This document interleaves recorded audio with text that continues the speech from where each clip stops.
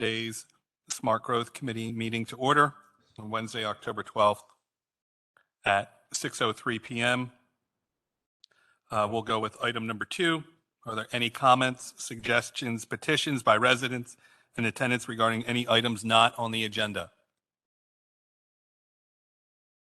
Okay. Seeing none, let's go to discussion items, beginning with 3A, the August and September 2022 Building and Housing Monthly Reports. Yeah, we have 2 months for you here. We had some issues with our computer software. We weren't able to obtain accurate reports. We have since fixed that issue with the company who runs that program. But you can see here that, Jeff, can you scroll down a little bit? There you go. Thanks. So in the month of August, we issued 55 building permits, and we've on pace here for issue 326 for the year. The trash tickets in August, those numbers were a little bit lower, obviously with getting new staff in during that time frame. With training, we had a lower number of tickets issued there. Jeff, can you scroll all the way back up to the top for me? And in August, we did 819 rental inspections on dwelling units. We're on good pace here for the year. Have done just over 2,100 inspections on the dwelling units, as of about 6,000. And we have, from our last count, we had about 300 people who haven't complied with that yet. And we sent out second notices on that to those individuals. And we sent out 63 notice of violation in August. Jeff, you go down to the second page, there should be the September's report. Thanks. I think this is where we ran into our issue with our reports, but I think we did more than 52 inspections.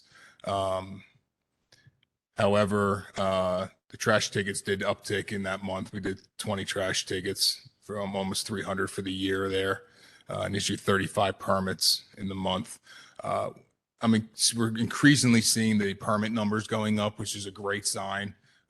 We are very busy with permit intake, permit reviews, and just trying to get caught up with that, to be honest with you. Jeff, you can scroll down to the bottom there. You see we're on good pace to hopefully meet budget this year for building permit revenue. We're at $275,000. So we definitely see a major revenue increase from last year. Thank you. Any questions? Any questions from the audience? Right.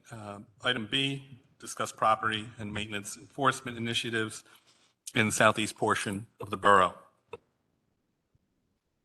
Yeah, this was requested. I believe Ms. Dorsey requested this to be put on the smart growth agenda. We had some concerns from neighbors down in the southeast part of town, mainly regarding the student rentals down there. And obviously they have a lot of parties over the weekends, and our staff is not in on the weekends to do enforcement of those. Obviously the police respond to noise complaints. They issue citations for those issues.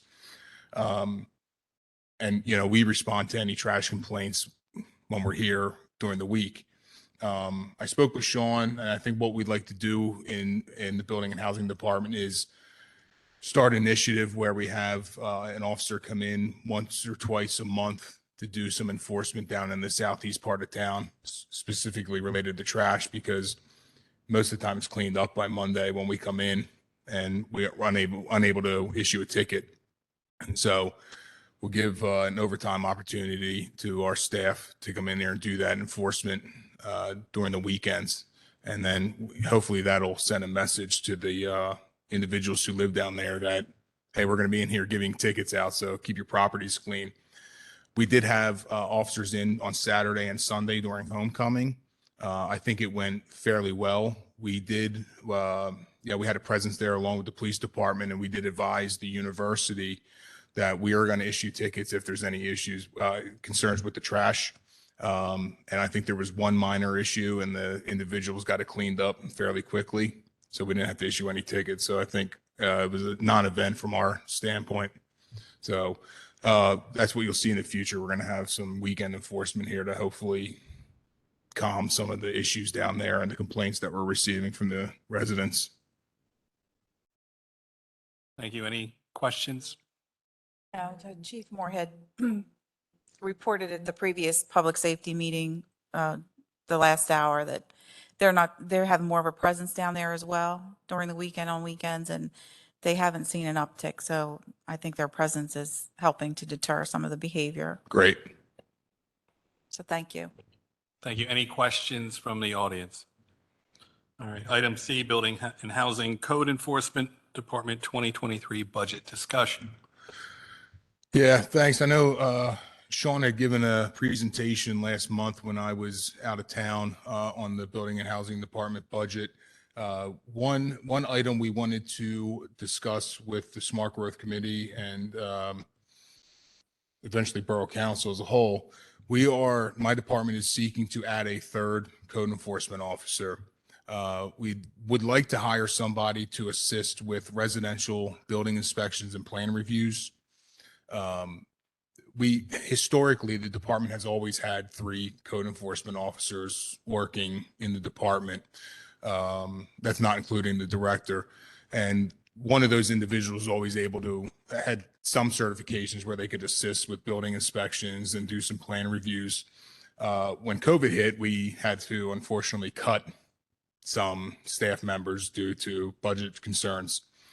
At this point, we're looking to bring that third position back to assist me with additional inspections.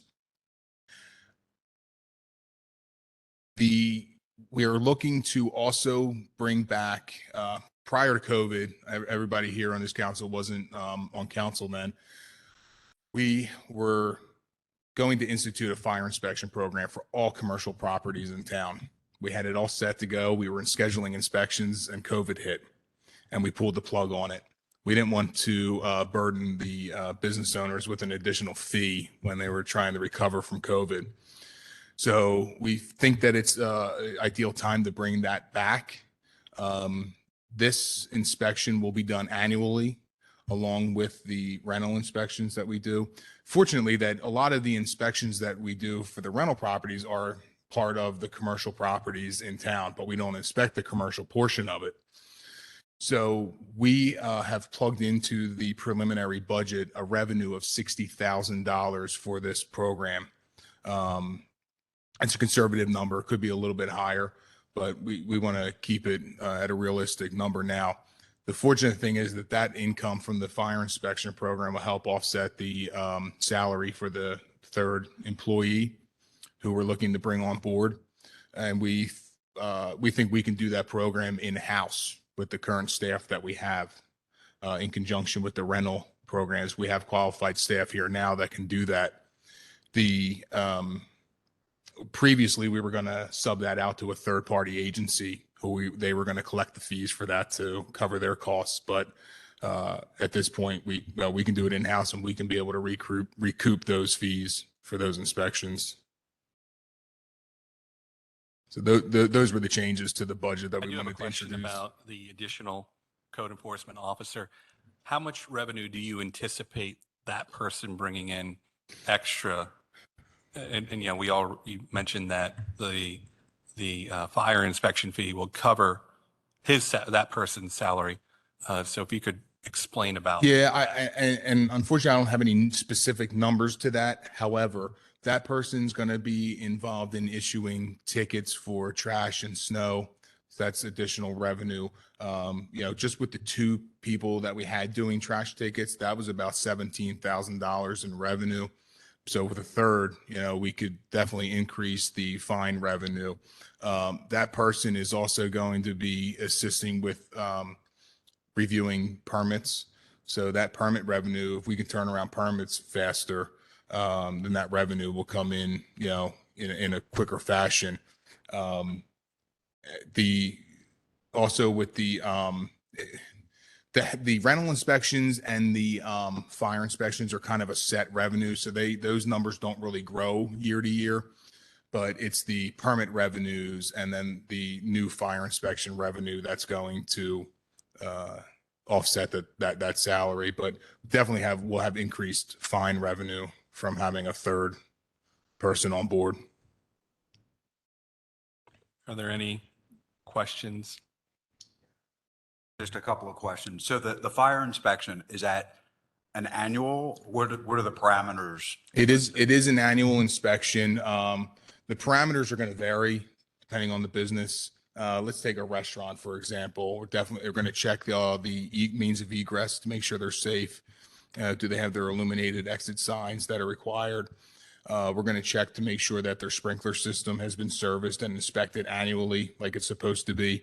We'll check their hood and ANSEL systems to make sure that they're being serviced. Things like that. We'll check for any electrical hazards or other fire hazards. Do they have their addresses posted on the building, right, for the emergency services? It's really a life safety inspection that's going to be conducted for these businesses, and really to help provide a greater level of fire prevention for these businesses.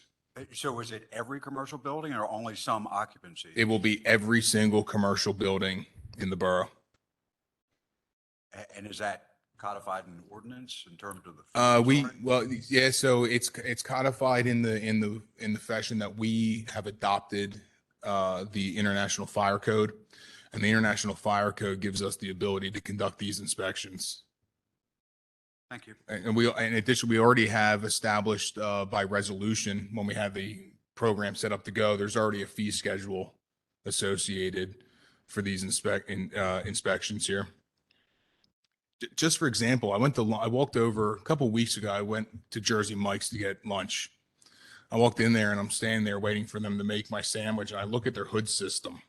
Now, those hood systems, the ANSEL systems, are supposed to be inspected and serviced annually. That thing was last done, I think it was 2017. So, 5 years they haven't had their ANSEL system service. God forbid there was an issue with that it didn't activate. We could have a larger issue. Does the International Fire Code allow for different intervals based on occupancy, or is it For those inspections for the ANSEL for the commercial cooking equipment suppression systems, they have to be inspected annually, just like your fire extinguishers have to be inspected annually, and they'll have a service tag on there.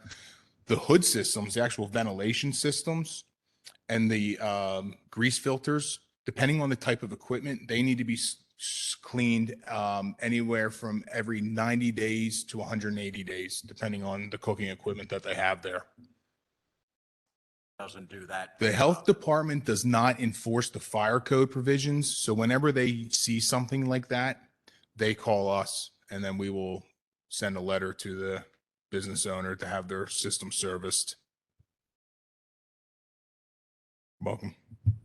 Thanks. So Mr. McCoy asked one of my questions. The other question, you said this has been around since 2019 when we originally had planned to implement it, and then COVID hit and we sort of tabled it, right? Yes. And the fee structure is from 2019. Does that need to be revisited? I don't think so. The fee schedule was based on the square footage of the business. So when we do our initial inspections of all these businesses, we're going to determine what the square footage is, and then we'll have to send a bill to the businesses to pay that, because it's the first year, so we have to determine what the true square footage of those is. So it's a fee based on square footage for the inspection. So every commercial business will have to pay this fee Correct. regardless. Correct. Yes. Yeah, we added a line item under revenue for $60,000 for revenue based on those inspections. Any further any questions from the audience? Yeah, but I should probably use the microphone, because nobody online can hear what you're saying if you don't use the mic. Thank you.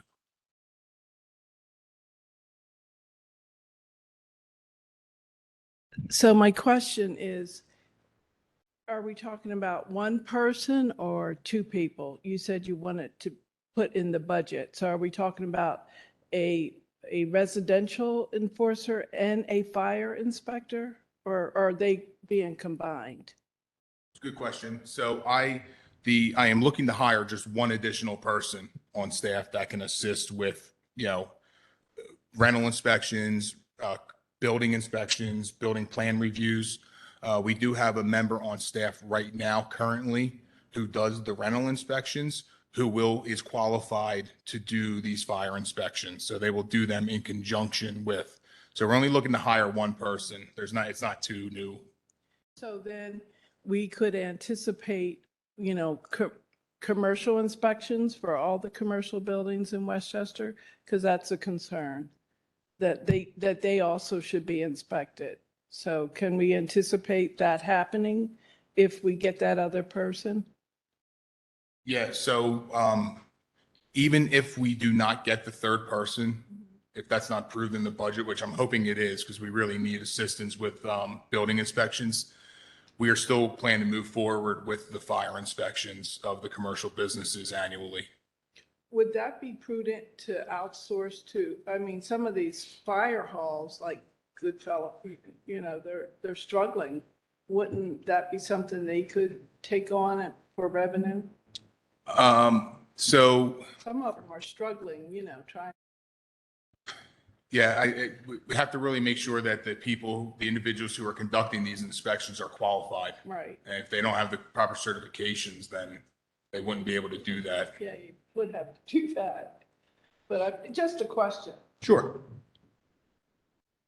I have one more question, Mr. Gore. How will we communicate this to our commercial businesses, right? Because this is not something that we've done in the past. Yeah. So we had already, like I said, we already started that process before we pulled the plug on it. We sent notices to every single commercial property in town. We have a list of all the addresses. We sent notices to them. We had some inspections scheduled and we had to go back and cancel everything. In fact, during COVID and right at maybe 2021, people were calling us and saying, "Hey, what's happening with these inspections?" So we will send notice out to everybody, advising them when we're going to start this up and, when they can expect to to schedule inspections for everything. Okay, thank you. Any further questions? No, thank you. All right, number 4, action items. 4A, consider solicitor attendance for a zoning hearing board application. And this is on the property on South Adams Street, in which case applicant seeks a variance to allow parking spaces less than 5 feet from the lot lines of the property. Yeah, this is a dimensional variance request from the applicant to provide that parking space at the rear of the property. Again, it's purely a dimensional variance. And it's our staff's recommendation that we do not send the solicitor to this hearing. Any questions? No questions. Any questions from the audience? And we could consider that 3-0. Item B, approve the preliminary land development plan for 611 East Neal Street. Thank you. So last month at the Planning Commission's meeting, the Planning Commission did make a favorable recommendation of approval for this project with some conditions. And we'll go through those conditions here. I have a draft resolution that was prepared by this special counsel who's working on this for the borough. But I think last night on the parking committee's meeting agenda, there was discussion about elimination of parking spaces along South Adams. And I think there was some misinformation discussed last night regarding that portion of the project. Jeff, can you pull up the document that I sent you? No, the other one with the parking.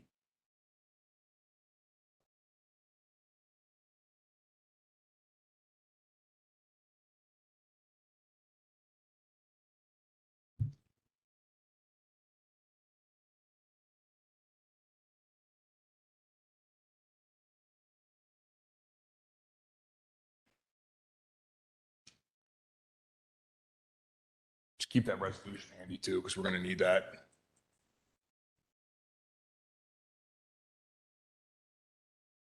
This, once it loads here, there we go.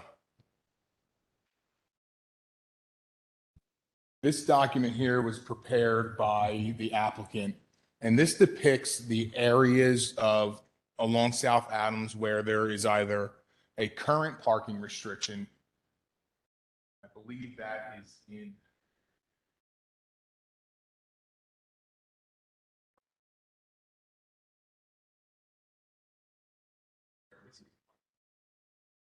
Blue stripe is an area of existing parking restriction that we currently say there's no parking. The little yellow areas that are hatched out are where is a parking restriction due to a fire hydrant. The green areas are where parking is permitted. And the red areas depict the area where parking will need to be restricted in conjunction with the new plan to provide the proper site distance for the exits, the two new drive exits onto South Adams there. So it's important to understand that there are going to be a certain amount of parking spaces that are eliminated on this street due to those two driveway entrances. We have ordinance requirements that provide for safe site distance for exit drives. And they need to eliminate parking spaces for those clear sight triangles there. There's going to be a very small amount of space on that east side would be viable parking. We did struggle with the idea of how we're going to mark that, because typically you have no parking between signs, but you're going to have different sets of signs. So we may have to just do like a curb painting down there. But as Mr. Metric had described yesterday at the parking committee, there are definitely some concerns about the travel lane width down there when you have parking on both sides. And that was also a recommendation from the traffic engineer about eliminating parking, at least on that, on the eastern side of South Adams. Number one, because of the parking spaces that will be eliminated based on the plan layout.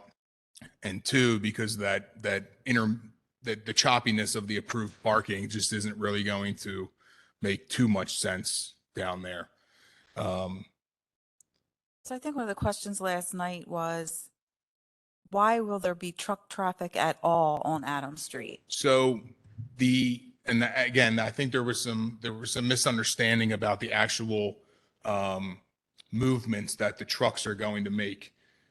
Jeff, can you go back to the land development plan? And quick question, before you get into that part of South Adams Street where the parking would be eliminated, that's where South Adams meets East Neal, correct? Across from the railroad tracks? Is that it right there? Yeah, right. So it would be essentially the request last night was to eliminate parking on the east side of South Adams from the intersection of East Neal's north to the northern property boundary of this property, 611 East Neal's. And that parking is currently free there, is that correct? It's free parking. We've had issues with long-term parking there. Commercial vehicles are just parking there. Some of them have flat tires. It's not an area that has been policed, on a normal basis. There's always parking down there, and I've seen a lot of commercial vehicles parking down there. So Jeff, if you can zoom out a little bit.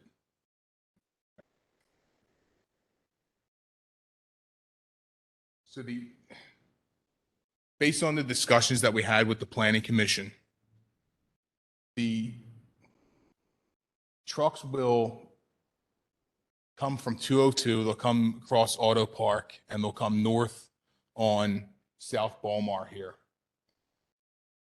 The truck traffic that is going to be accessing the northern building, which is the larger building to the top of the plan, They will make a left on East Nields.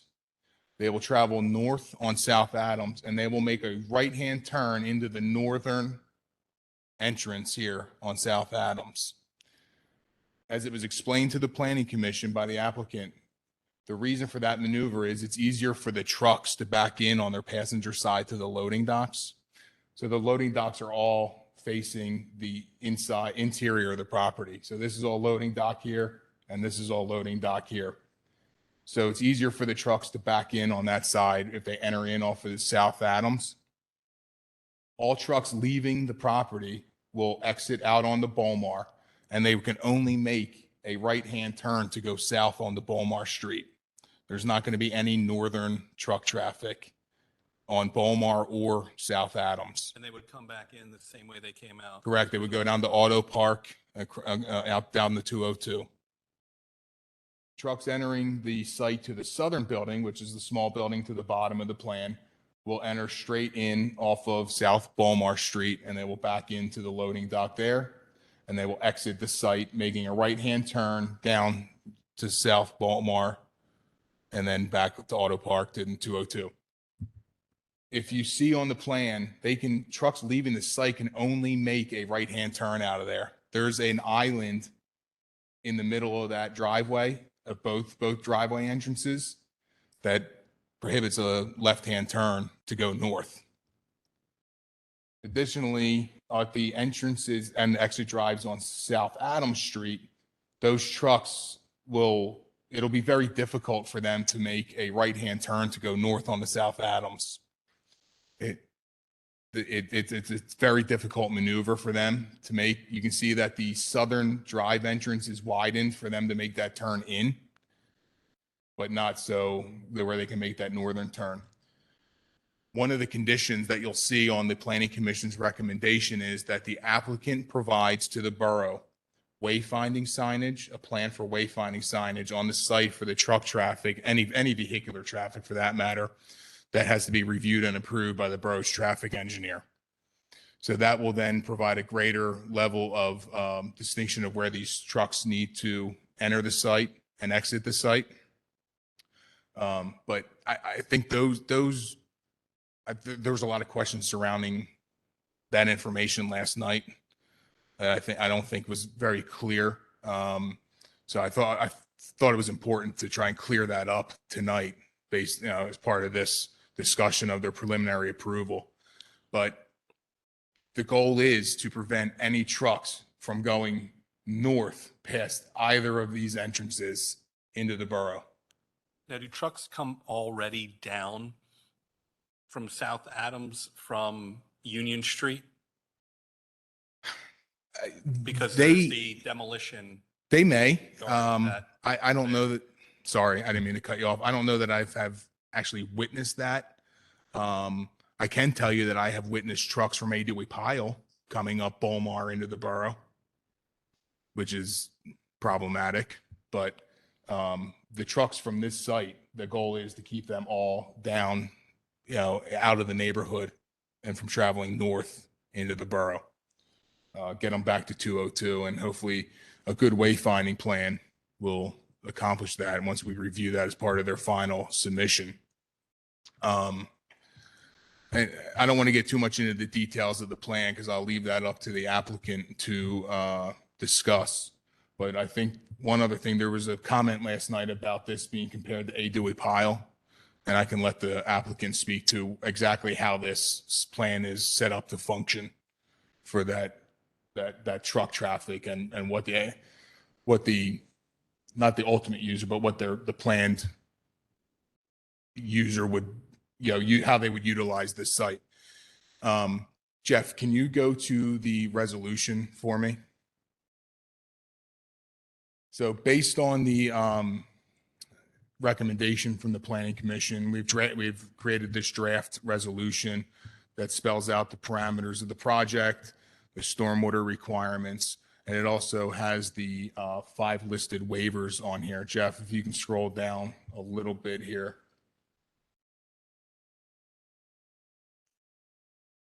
You can stop there.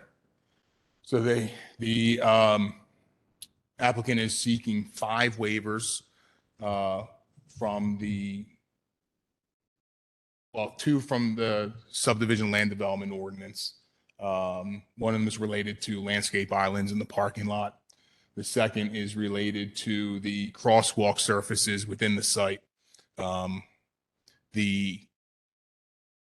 Saldo ordinance requires crosswalks to be a different material, a concrete or pavers.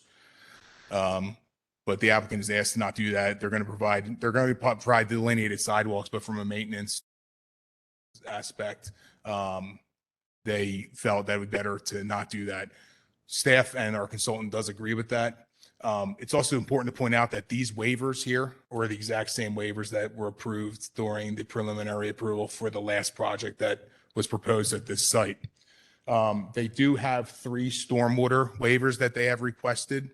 These stormwater waivers are related to the stormwater management of the site, that they are essentially restricted to comply with due to the environmental concerns on the site.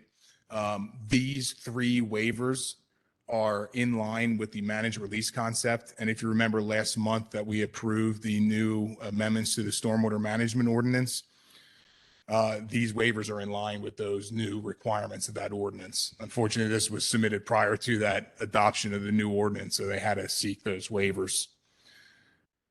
Jeff, you can scroll down briefly for me.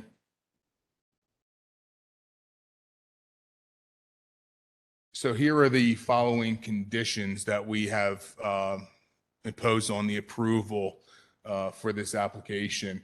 Obviously, they have to comply with any outstanding comments that were in any of the review letters. There are some minor comments that can be addressed in the final land development submission. They have to get the wastewater department capacity with regard to the development.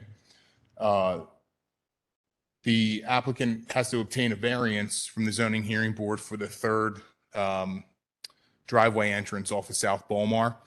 They were there Monday night and did receive approval from the zoning hearing board for that variance for that 3rd access drive on South Bolmar. Number 6 is important. Jeff, you can scroll down a little bit for me. The applicant has agreed to provide a post-occupancy traffic impact study for the site. They have the traffic study that they have provided to us currently that was reviewed by the borough's traffic engineer was based on this traffic study code 150 out of from the traffic ITE manual. Because this is a speculative site and they don't know who the exact end user is going to be, we asked them to do that post-occupancy study to determine whether any additional traffic changes are going to need to be made based on the specific user that's going to be in there.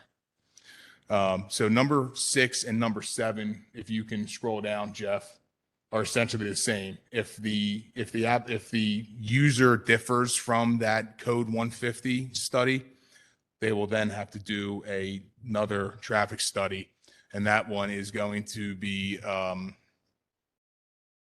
tied to the building permit. So they have to do that before they can get a building permit for the project. The applicant has also agreed to replace, there's an existing culvert that extends from the site, goes under East Neals and crosses East Neals and dumps into the creek directly on the south side of East Neals. We are in the process of televising that to get the condition, but if need be, the applicant has agreed to replace that pipe. We did discuss number 9 about the wayfinding signage for the site. And the other ones are just typical conditions that we apply to every single application of reimbursement of any professional service fees, and providing, accepting the decision and the conditions for number 12, that if they're invalid, that's just some legal statements that our attorney thought would be necessary to put in there. But with that being said, the staff has reviewed this plan. The planning commission has done a very deep dive on this plan, has provided a lot of comments regarding it. All the consultants have reviewed this and ultimately led to the decision of the planning commission making that a favorable recommendation. With that, I would turn it over to the applicants if you have any technical questions for them regarding the development of the site. Does anyone have any questions for Mr. Gore before he does that? I do, and I'm not sure if you can answer it or the applicants can answer it, but the entrance on Adams Street, again, so it's a right-hand turn to get into the property, right? So you're gonna come off Niels, go up Adam and turn into the place so that you can get to the loading dock. Yeah, and, correct? and I ideally that's just for the northern entrance there, Right, right? right. The other entrance is for the smaller building, so we're talking about the Correct. larger property. And if I understood you correctly, on Balmar Street, there will be some type of deterrent in the middle of the street, curb or something that will prohibit a left-hand turn. Jeff, can you pull that plan Right. back up? Uh, Yes. Are we not able to do that on Adams Street?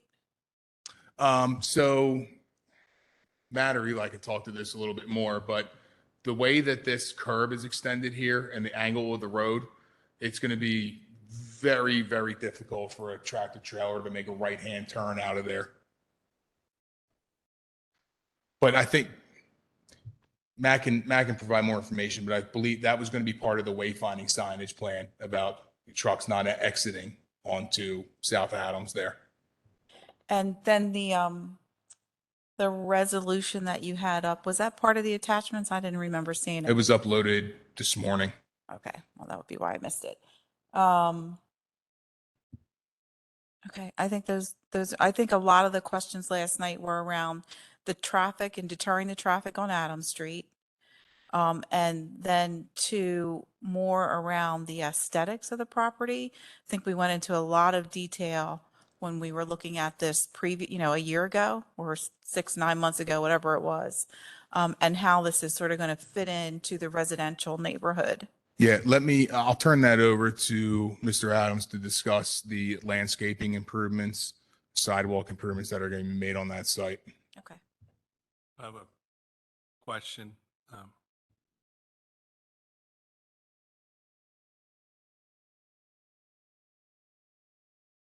That's my question, so that when he's up here, that can be explained. There was a lot of concern, particularly by me, that you have tractor trailers or trucks, however commercial or whatever size they may be, coming in on Adams Street, which is partially residential. If you're getting another curb cut, which has been approved, correct, on Balmer Street, right, then it seems to me that one of those could be for entering and one of those could be for exiting, or 2 in 1. You have 3 different curb cuts on Balmer Street. Balmer Street is definitely commercial. There's commercial spaces on both sides and commercial entities on both sides of the street. There is no reason that the trucks need to be coming in and out on South Adams, because no matter what you say, there will be a truck that goes down South Adams Street and rumbles those houses right there. I just feel that it's important that the trucks come in and leave from Balmer, from 202. That's important. I think that was part of the plan prior to this, that they were going to stay out of the borough, out of the neighborhoods, and I think that still should be done. Just for reference, this driveway entrance right here is probably, what, Matt, 700 something feet from, At least 500. Yeah. it's not close. So, but Matt can provide some more Yeah. information about that and how the driveways are supposed to work. It might be an inconvenience, perhaps, to your plans that you have have drawn so well, but that's all it is. It's a matter of inconvenience and tweaking your plans. It's a definite inconvenience to the neighbors who have to have the trucks, no matter if it's 500 feet or 700 feet in their vicinity. that is an inconvenience. When you can keep them off Adams Street and keep them on Niels or Balmer.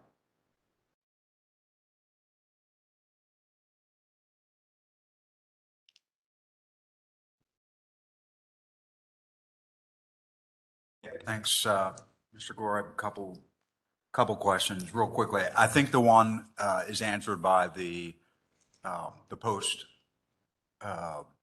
TIS, Mhm. which was the TPD thing about the occupancy. Okay. And then the other question I had was the sustainability group did a summary, and there was, I guess I'm not quite sure how their recommendations or whatever are included. Some say provide, some say consider. So I don't really understand how all of that works into the. Yeah, and that's a great question. The sustainability's checklist and Mr. I don't know if Will's here. Will you, Neil? The sustainability checklist is a lot of it's a wish list that they would like to see with the development. It's not something that can be necessarily required as part of the development. We did have conversations with the developer at the planning commission meetings, and we did review the comments from the sustainability committee. And Matt can talk more about that, but they're going to look at that. They're going to see how they can, if anything can be implemented and the practicality of that, they'll certainly look at that. But a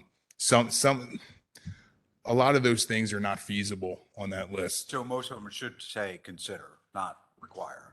I could agree with that. So then my second question is relative to the Chester County review. Mhm. And one of the things they talked about was the parking requirements, consider doing a parking demand study. I guess that sort of ties into this post TIS. It will. Matt, yeah, Matt will talk about that and the reason why for the amount of parking on site. Do you want to bring Matt up? Sure. Good evening, Matt Adams. I'm a member of 611 East Nield Street LLC.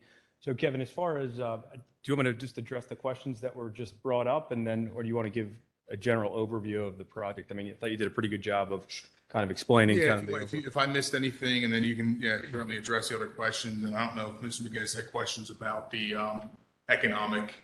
What we'll do is address the questions and then go from there with your presentation. We'll ask questions after the presentation and then open it up to the floor. Sure thing. So it seems like there was a couple comments as it relates to trucks entering South Adams. So Kevin did a good job as far as a typical truck coming off of 202 up Westtown Road, Auto Park, north on South Balmar, making the left on East Nield, and then proceeding on South Adams. So really the circulation of a 53-foot tractor trailer and the way that they maneuver through the property and the way we've oriented these buildings is they back up on the driver's side. So they would continue in a clockwise motion to come in, back up into their loading position, and then proceed out right only. And we've kind of restricted that movement by having those concrete islands within these, two entrance exit drives on South Balmar. South Adams, and again, we had been in front of the Planning Commission as well as Borough Council about a year ago for a similar project of an industrial nature, but again, a little bit different of a layout. And South Adams had come up numerous times as far as restricting trucks past our driveway. And I don't have the exact dimension, but say it's 600, 500 feet before the edge of our property. And then the adjacent neighborhood to the east as you proceed up towards East Union Street. So as part of those discussions, we had a meeting with the neighbors. We met with all the neighbors on the site, discussed some of their concerns, a lot of which, related to safety, sidewalks, street trees, and just, kind of having additional buffering from landscaping. The trucks never really came up. To Lillian's point about the trucks for, the previous user were off of Balmar to the east side of the building, but there was a ton of van traffic, so box trucks, vans for local deliveries. So as part of those discussions, we had installed an 8-foot cedar fence. We had, as part of one of the waivers, there was the landscape island that we looked for the waiver. We ended up taking all of that landscape. So we weren't looking to get out of doing any landscape. We just were asked to push all the landscaping along the perimeter of the property to kind of create that buffer from the residential area. And we were able to incorporate that in this plan. It was hard to fit. We actually offered to the Planning Commission that if there was other areas they wanted to use the shrubs or the trees, just to quantify it while we're on the topic, I mean, we have about 412 new trees going on the perimeter of the site, almost 1,200 shrubs, or excuse me, 1,500 shrubs and about 1,200 ground cover on this site just alone.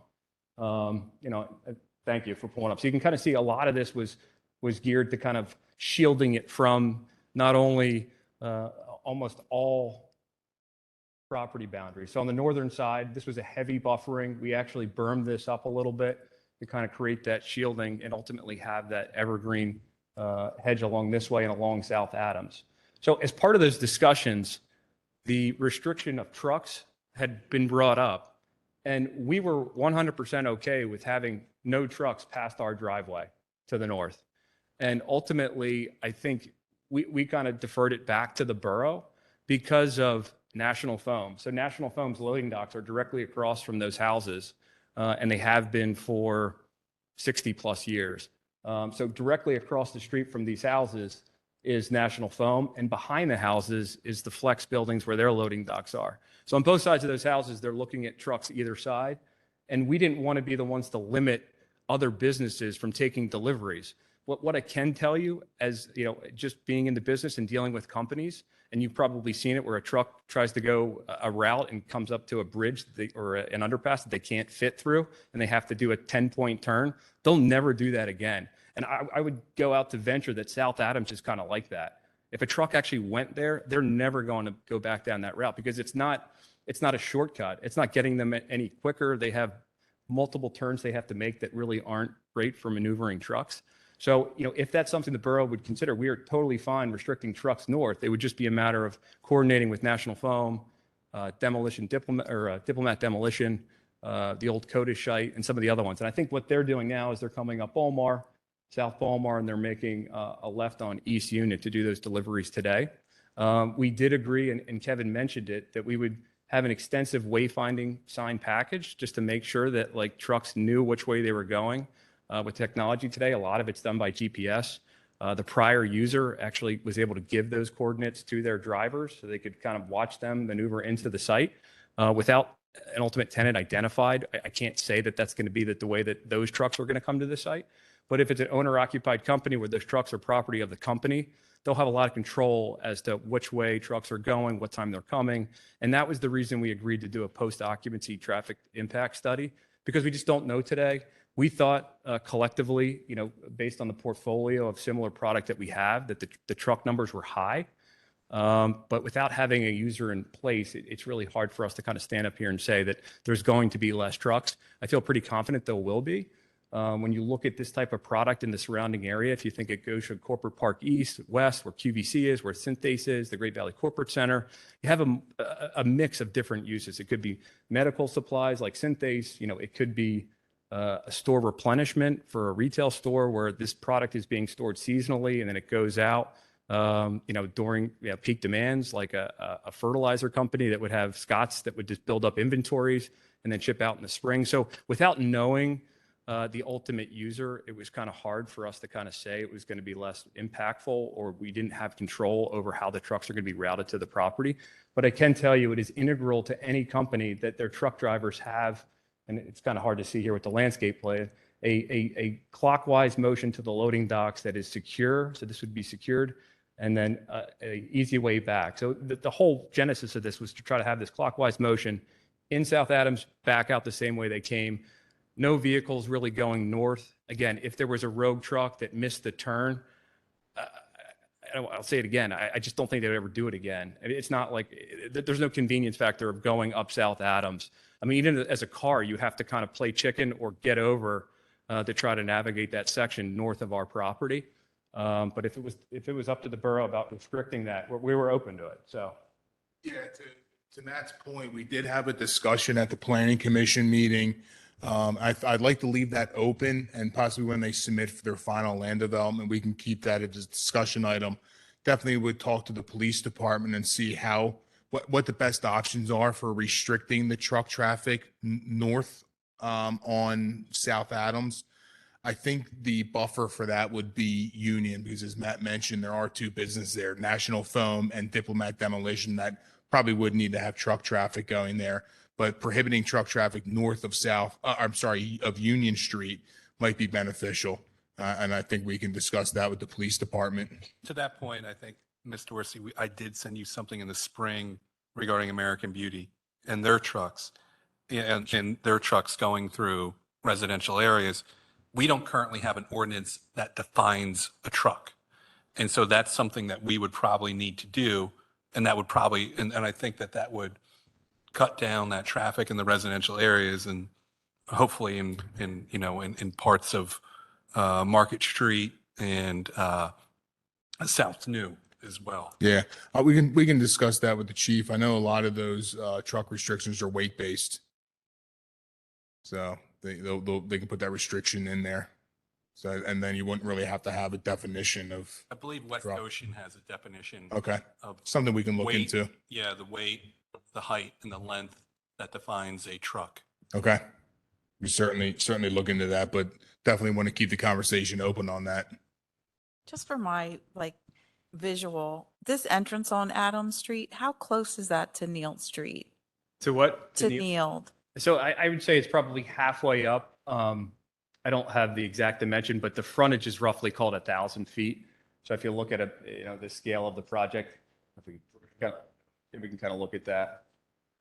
I understood what you just said. They'll be going in on Adam, but coming out on Ballmar. Correct. So Like, they're so not no- coming out on Adam as what they shouldn't be. Yeah, so we actually restricted the site internally to say no trucks, out that way. So again, it's really a matter of once you identify the end user, we put it in our lease. It's kind of mandatory. There's, potentially, ramifications. Again, if it was something that the borough would subject, penalties or something like that if trucks were go up there. But again, I don't think, short of somebody getting lost, which again, the wayfinding should, and the correspondence with the company and their drivers should hopefully alleviate that over time.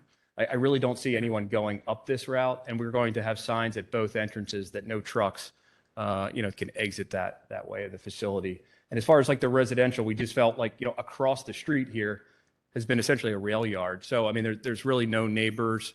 They do take deliveries. I mean, I'm sure it's not as often as obviously what we're proposing here, depending on the end user. And, ultimately, as Kevin mentioned, the safety of that area, the battery just died. Oh, there we go. So the safety here is really when you have a very narrow cart width with two cars on either side and a tractor trailer. The thought process was if you restricted parking on the east, your trucks would only be coming in on that side. So you really would never encounter somebody parking their vehicle, opening their door, and potentially having an instance with a tractor trailer. So for us, that was something that we had talked about, as far as the restrictions on that east side, for the safety and flow of those vehicles. Do we know approximately how many parking spaces we're talking about? I mean, I'm guessing that it's residents that are using that free parking. Since It's college. Yeah, so since we've owned it, I've actually I drive that way to work almost every day. So my observations, and again, take it for what it is. There's three box trucks with 3 trailers on them. So that's about 140 feet, maybe plus or minus, that have been there since we've owned the property. So 5 years. They move every now and again, but I kind of look at the registration and inspection to see, but they've been sitting there essentially just warehoused for the last 5 years. And then the rest of the vehicles are all college kids, I would say, for the most part, short of folks that work at the daycare center or potentially some of the smaller, some residential and some apartments on the south side of East Neal. But what I've noticed is during times of Westchester's break, it's empty, completely empty. But you'll go over there today and it will be completely packed, but the cars won't move for about a week. So it's either going home on the weekends or going to Target on the weekends or whatever. So we've noticed it's more of warehousing cars versus servicing residential in the immediate area. And that's just my take. I don't want to speak for the borough or anybody else, but that's my observation is what. Regarding the landscaping, you mentioned over 400 and something trees. and about 1,500 shrubs. How much in total landscaping is that for this project? So this project alone, we're probably close to 3,000 plantings on the site, where there's, I think, 4 trees on there now.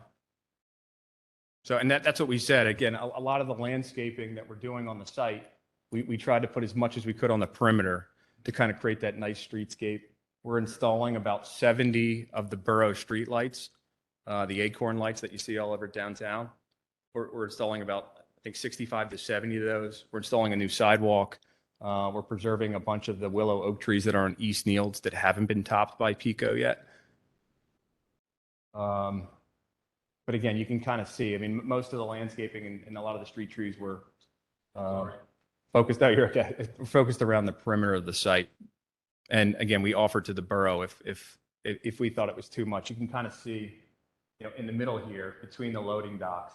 So we're working against grade. So this building's about maybe 3-4 feet higher than this loading dock platform. So this is probably a 4 to 5 foot grade change. So we have that packed with ground cover and shrubs. But again, it doesn't really do much for our project. And if there was a bigger benefit, we were happy to kind of just take those plantings and obviously install them, you know, somewhere else. And that was something that the planning commission had asked because again, it really didn't do much for the borough to have the interior of the site landscaped. As it relates to sustainability, and some of your questions. So without the end user identified, that was the biggest issue that we had. Prior, we were able to commit to a lot more things because we were able to kind of run those by the end user. And some of the issues that we run into with sustainability is, you know, we're making the building PV ready for photovoltaics. But if a tenant came in and said, hey, we need an elaborate air conditioning system, or we need, you know, roof penetrations for X, Y, and Z, you know, it kind of conflicts with us making that commitment to say, well, wait a minute, we're going to have a panel, an AC unit, a vent, and then another panel. So at some point, you know, we would engage with our tenants and we would recommend and try to entice them to do so. But we are committing to put the electric service and all of the PV ready sub panels in the instance, and obviously rating the roof accordingly that it could support the weight. So we're looking at some of those things ahead of time, and the same with EV. So we've committed to kind of running conduit and sizing the electrical service to allow for 20 EV preferred parking spaces for both buildings. So 40 spaces total that we could plug in as tenants would need. So we're doing a lot of that up front, but without having the ultimate tenant identified, it's really hard for us to commit to some of those. And you know, we've had a pretty good working relationship with Will, and we'll continue to do so, you know, once we identify some folks. Any other questions? Any questions? Well, yeah, go ahead, Mayor.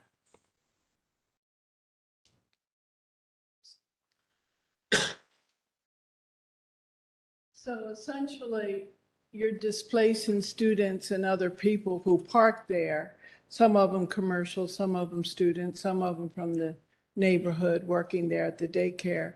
So do you still, in this plan, I don't see the lot on Neal Street involved.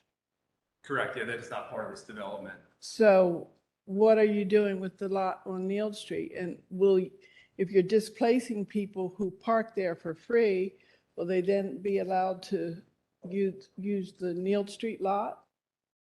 I mean, that's not part of our plan. So, I mean, ultimately, the parking is going to come down to the borough's decision as how they want to kind of enforce that. I mean, I've noticed that those cars sit for weeks on end. I don't really think it's more of a transient type parking arrangement. I mean, there's no restrictions on time for street sweeping or anything like that. Yeah, it's one of the few free areas in the borough. And kind of it's free. still It's, open. yeah. Aside, people park in this There's, parking lot right next to the rail yard now.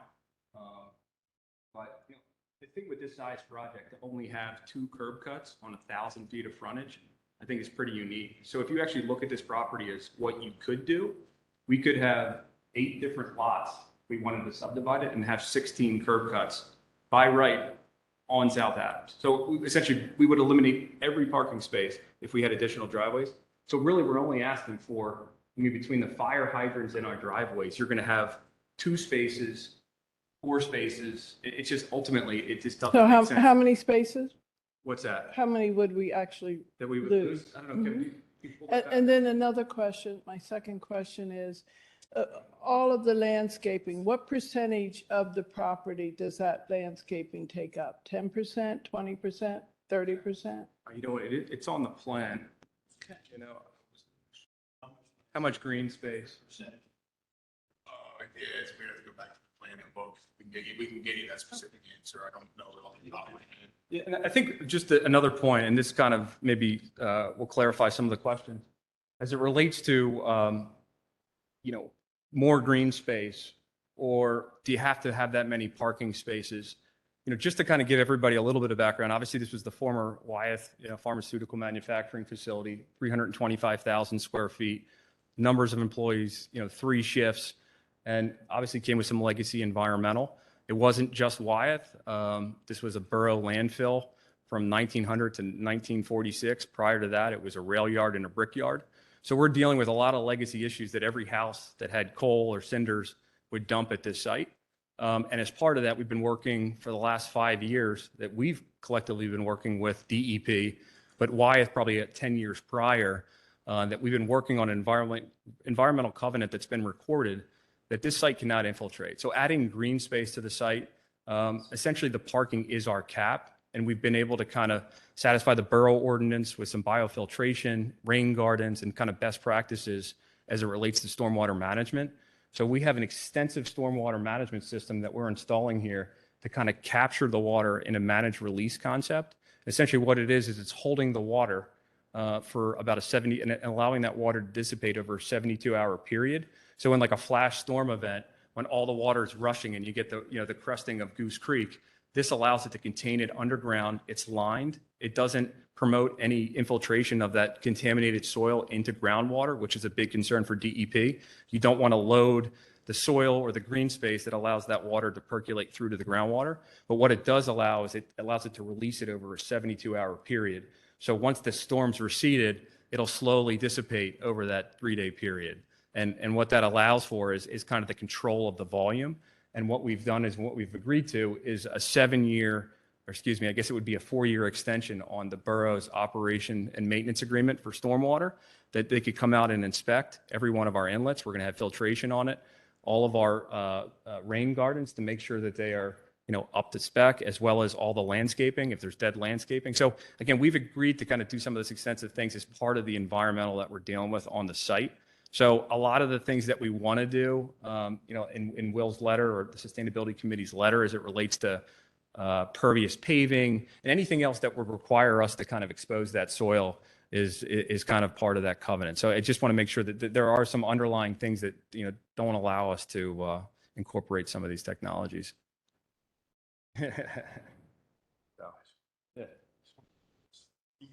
Icon, Matt's partner, junior partner. I want to address a couple of comments that Lillian had. Wyeth started operating here, I believe, in 1950. And as Matt said, the site has a history of industrial use going back to 1875. Wyeth's main truck access was on Adams Street, pretty much where our driveway is today. So all of Wyeth's trucks from 1950 until they closed maybe 15, 16 years ago came in on that location. The idea of displacing people who are warehousing cars, it's not like we're going into a neighborhood and displacing people who park their cars there. These are people who are candidly taking advantage of the borough's system. These are commercial users who just can park their box trucks and trailers there because nobody bothers them. And frankly, there's students who, instead of paying for parking in the garage or anywhere else, decide, hey, I can go park there because nobody's going to ticket me. But at the cost of safety for the residences farther north on North Adams Street. Those 2 rows of parking on the east and west side of Adams creates a tremendous safety event for a tractor trailer, a box truck, just regular 2-way traffic going through there. So the residences that use Adams Street are subjected to a tremendous safety issue because there's parking on both sides of the road. And candidly, again, as we've talked about, those parking spaces are not generating any revenue for the borough, and they're not really there affecting or supporting the neighborhood traffic. The people are taking advantage of those parking spaces. It's probably one of the last places in the borough. I mean, if you put meters up, on that street, you certainly wouldn't see the students warehousing their cars, and you wouldn't see the commercial trucks sitting there for weeks and months on end. So I think it's from a safety perspective, eliminating the parking on the east side, it almost has to happen. Otherwise, you're risking tremendous safety issues for residential traffic along that section of Adams.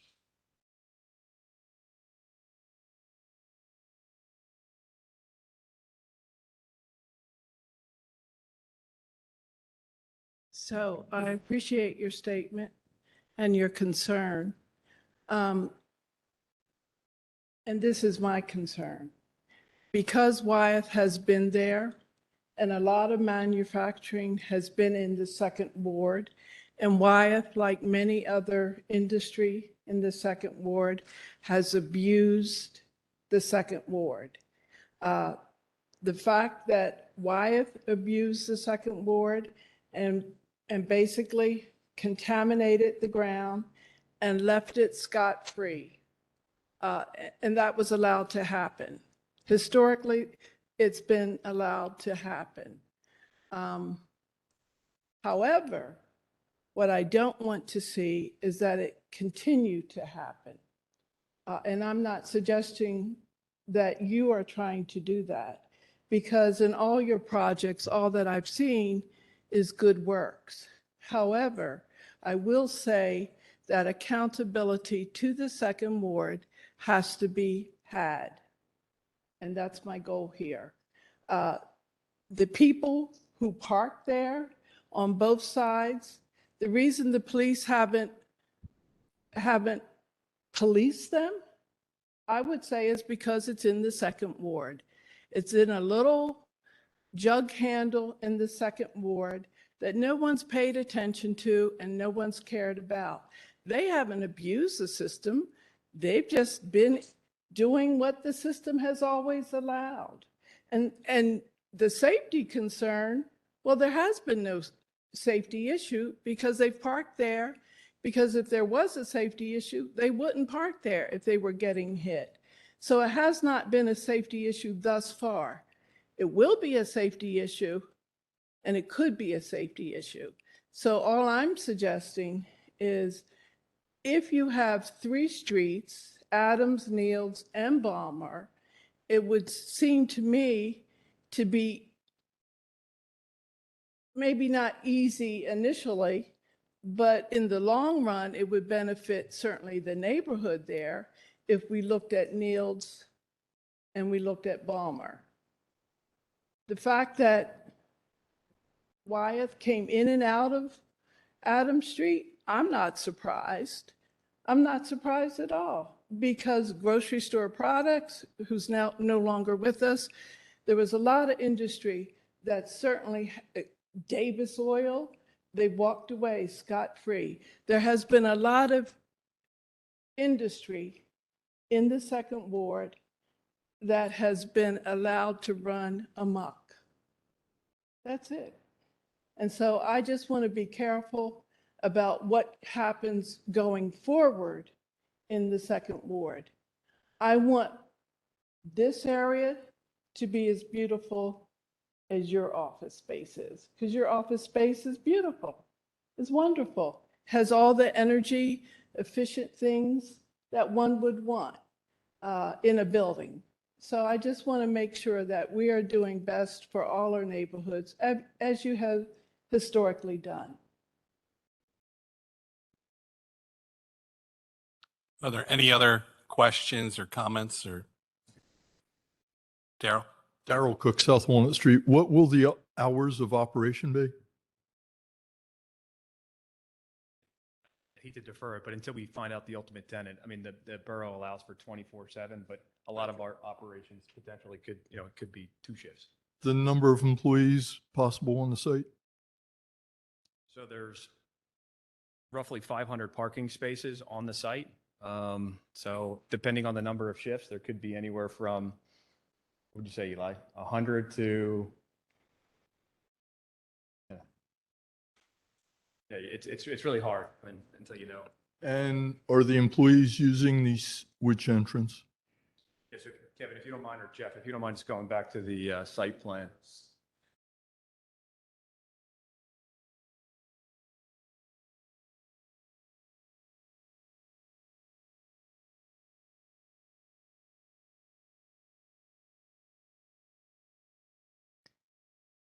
So primarily the central driveways, the 2 on Adams and the 2 on South Balmar in the middle of the property, those would be for truck mostly. Really, you want to try to isolate car traffic, again, from a safety perspective. You really don't want, for the same reason you don't want trucks coming down South Adams, you don't want trucks coming down a center corridor of parking where people would be backing into it. So primarily be the most northern entrance on South Balmar for employees to park in the front of the building, and then the same on East Nields. So there's an entrance, if you scroll down just a little bit, Jeff. There's an entrance on South, or excuse me, East Nields that would access the employee parking as well. I just have a question. You had the impact study regarding the revenue, the jobs. You mentioned close to 1,000 jobs. Also the construction jobs that would lead to more revenue in the borough. I read that. I feel that was impressive. Roughly, we would gain $487,000 in tax revenue. That's property tax revenue alone just in the borough. 1.3 million would go to the school district. 55,000 roughly would go to stream water protection. And I don't know how much would go to the earned income tax credit. To the mayor's concerns, yes, I do have concerns historically speaking, but I look at this project and I look at there's a lot of good that could be done because that property has sat vacant for nearly 20 years. And I think, you know, Mr. Khan, you guys have done great work. I've seen your work. 44 West is examples, you know, again, a dilapidated area you took over. It's thriving. Businesses are in there now.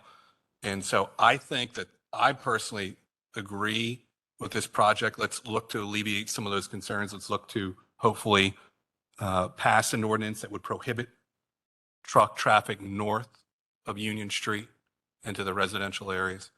And hopefully we can move forward. And if there's any further questions about that, you know, hopefully you can answer them as well.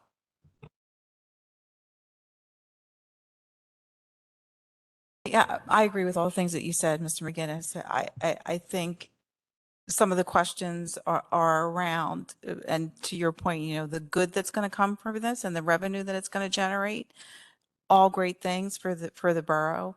And we would just like to make sure that, you know, that good is equitably distributed, right, to the residents. And to Mayor DeBaptiste, with careful consideration of Ward 2 residents that typically have been underrepresented. I Understood. think that's the point. So just back to the environmental covenant. So when we purchased the property, it was subject to a deed restriction. So you can't do residential, you can't do hotels, you can't do education, you can't do recreation. So as part of this project, we will be providing a fee in lieu of the rec fee, and that'll equate to about $418,000 for this project. So if that's something that the borough would want to kind of concentrate on putting that back into recreation in the second district or the second ward. But again, I just want to make sure we are contributing that in addition to the figures that Brian had stated. Thank you. Any further questions for Mr. Khan or Matt? Are we good with moving this decision forward then? Call it 3-0. Thank you. Grab mine. C, approve the September 2022 smart growth minutes.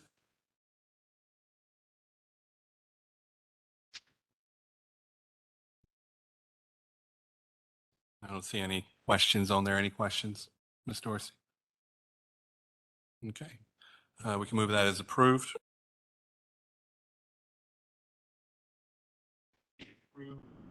The August 2022 HARB submission recommendations.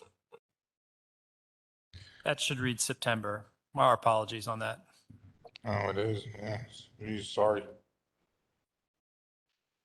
Thank you, Dana, for catching that. I mean, I didn't see any real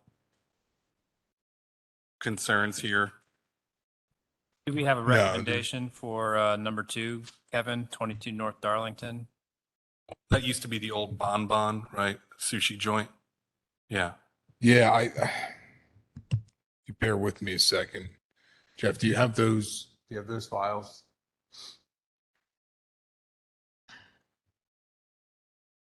They were doing some exterior alterations, new siding on the back and some front facade.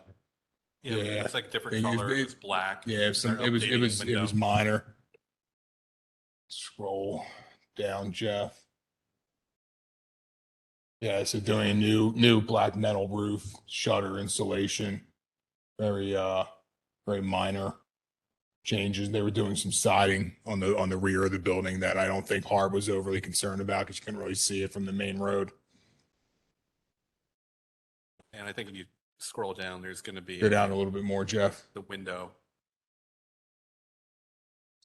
on the side of that building. Looks like it has to get updated. Scroll down more, Jeff. It's at the bottom, Keep going. right there. Yeah. I mean, these are, So yeah, clearly an update and a facelift on the property. And it's going to remain as a retail space? Yeah, to the best of my knowledge, yes. I don't know if they have identified a user yet, but it's in the town center, so it'll have to I don't know. I don't think that's in the retail overlay. I think it's just out of it. So obviously it could be like a business office or something of that nature. It is tiny in there. It's small. It's a small space.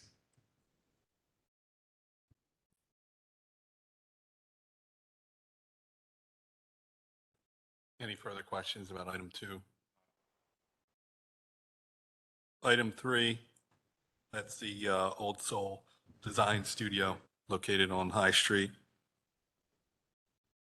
Looks like that was approved. Any questions No about that? question. Glad to see that she's back in town. Any other business? I have one other item. Mr. Gore, we were looking for an update on the Davis property. Sure. and, Yeah. The Um, condition of it. So there was a bit of a holdup on that with Pico, unfortunately. I had to reach out to our government services rep at Pico. The buyer was slated to do the demo. We issued the demolition permit months ago, and they got held up when they did their PA1 call to find the utilities. Pico said, "Oh, there's no utilities there." Oh, there were 3 aerial services coming off of the pole to the buildings. They were trying to get it in hold of Pico to get those services terminated. They weren't having any luck. I finally reached out to Pico. I said, "You need to help these people out." Then they got the services are removed. They had to get a letter from Pico stating that those services were terminated. They got that the other day. And they're just coordinating some last minute things with DEP, and they're going to be starting demo, I hope, any day now. The equipment's on site already for them to go. They just there were some bureaucratic things that they needed to get straightened out. Any further questions? If they don't start demo let's just say in the next 14 days, is there anything they can do to clean up that property short of the demolition? Yeah, I can talk to them. I went past there today. The weeds were starting to get a little out of control. One of their things is there's a ton of neighbors parking there. They're going to have to try to reach out to those neighbors to get those cars moved before they start tearing buildings down. We might have to have the police department go down there and find out who owns all those vehicles and get them to move them. They shouldn't be parking there to begin with. No to parking signs. Yeah. That we put up. So I'll talk to them. I'm hoping that they start soon, but I'll reach out to them tomorrow and see what's going on. But we did have an agreement in place for them for the demolition. So, but obviously that got held up because of, extenuating circumstances. That's all I had, Mr. McGinnis. Thanks, Thank Mr. you. Gore. Any final questions, comments from the audience? All right, move to adjourn the meeting. You're welcome.